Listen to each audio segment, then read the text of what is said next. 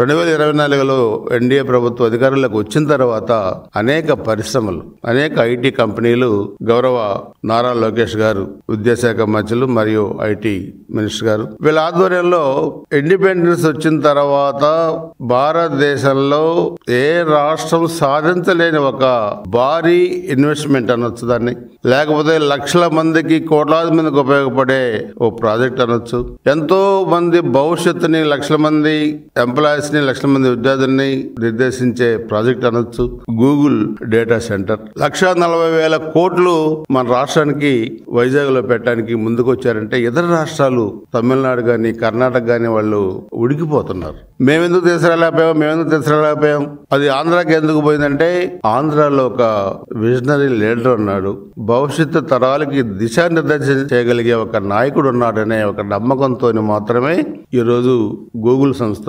ఆంధ్రప్రదేశ్కి రావటం, విశాఖపట్నానికి రావటం జరిగింది. ఇది రాజకీయ పార్టీలకి ఉపయోగపడేది కాదు. ఆంధ్రప్రదేశ్ ప్రజానీకానికి, ముఖ్యంగా విద్యార్థులకు ఉపయోగపడే డేటా సెంటర్ అది. దాంట్లో అన్ని రాజకీయ పార్టీల పిల్లలు ఉన్నారు, దాంట్లో భవిష్యత్తుని నిర్దేశించుకునే పిల్లలు. కానీ అది కూడా జీర్ణించుకోలేక ఎంత చిన్నతనంగా మాట్లాడతారంటే, గూగుల్ CEO పిచాయ్ గారు వీళ్ళకి సమాధానం చెప్పాలంట, నిజంగా వచ్చిందా రాలేదని. ఇచ్చారు కదా, టీవీ ఇంటర్వ్యూలు ఇచ్చారు కదా. అసలు ఆ సంస్థ స్థాయి ఏంటి, ఆ CEO స్థాయి ఏంటి, ఆ మాజీ మంత్రులు మాట్లాడతారు ప్రెస్ మీట్ పెట్టి, వీళ్ళకి చెప్పాలంటే అది ఒక చిన్న షెడ్ అంట, ఆ షెడ్ లో 4 కంప్యూటర్లు పెడతారంట. ఇటుపక్క ఇది చెబుతూనే మరలా పర్యావరణం దెబ్బతింటుంది ఇంత పెద్ద ప్రాజెక్ట్ వస్తే. రెండు వాళ్ళు చెప్తారు, ఇంత పెద్ద ప్రాజెక్ట్ వస్తే పర్యావరణం దెబ్బతింటుంది అని మీరు చెప్పారు. మరి మీ పులివెందుల ఆ రోజు ముఖ్యమంత్రిగా ఉన్న వ్యక్తి జగన్మోహన్ రెడ్డి ఆంధ్రప్రదేశ్ రాష్ట్ర పర్యటనకు పోతే 100 సంవత్సరాల నాటి చెట్లు కొట్టేశారు, రోడ్లన్నీ ఖాళీ చేశారు, పరదాలు కట్టారు, తెరలు కట్టారు. ఇప్పుడు చెట్లు కొట్టేసినప్పుడు ఏమైంది, పర్యావరణం ఏమైంది? 5 సంవత్సరాల్లో ఈ రాష్ట్రానికి 1924 మధ్య ఒక ప్రాజెక్టు మీరు తీసుకొచ్చారా? తీసుకురాలా. ఉన్న ప్రాజెక్టులను తరిమేశారు. అమరావతి బ్యాట్ ప్రాజెక్టులు 10,000 కోట్ల పెట్టుబడులు పక్క రాష్ట్రాన్ని తరివేశారు.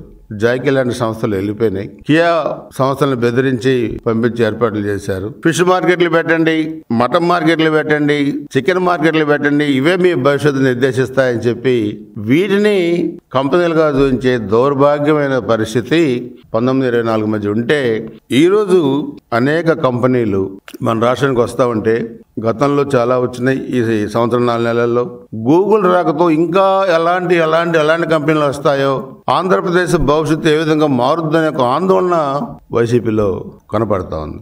ఇంకా మాకు భవిష్యత్తు ఉండదు, ప్రజల మొత్తం కూడా ఎన్డీఏ కూటమి వైపు చంద్రబాబు నాయుడు గారికి వెళ్ళి ఉంటారనే ఒక భయంతో ఈరోజు వాళ్ళ విధంగా మాట్లాడటం ఐటీ నిపుణులు చెబుతున్నారు. అతి పెద్ద ఇన్వెస్ట్మెంట్ ఇది, కూటమి ప్రభుత్వానికి మైలురాయి లాంటిది అని ఆంధ్రప్రదేశ్ ప్రజానీకం కాదు, ప్రపంచవ్యాప్తంగా, భారతదేశంలోనే కాదు ప్రపంచవ్యాప్తంగా ఐటీ నిపుణులు చెబుతున్నారు.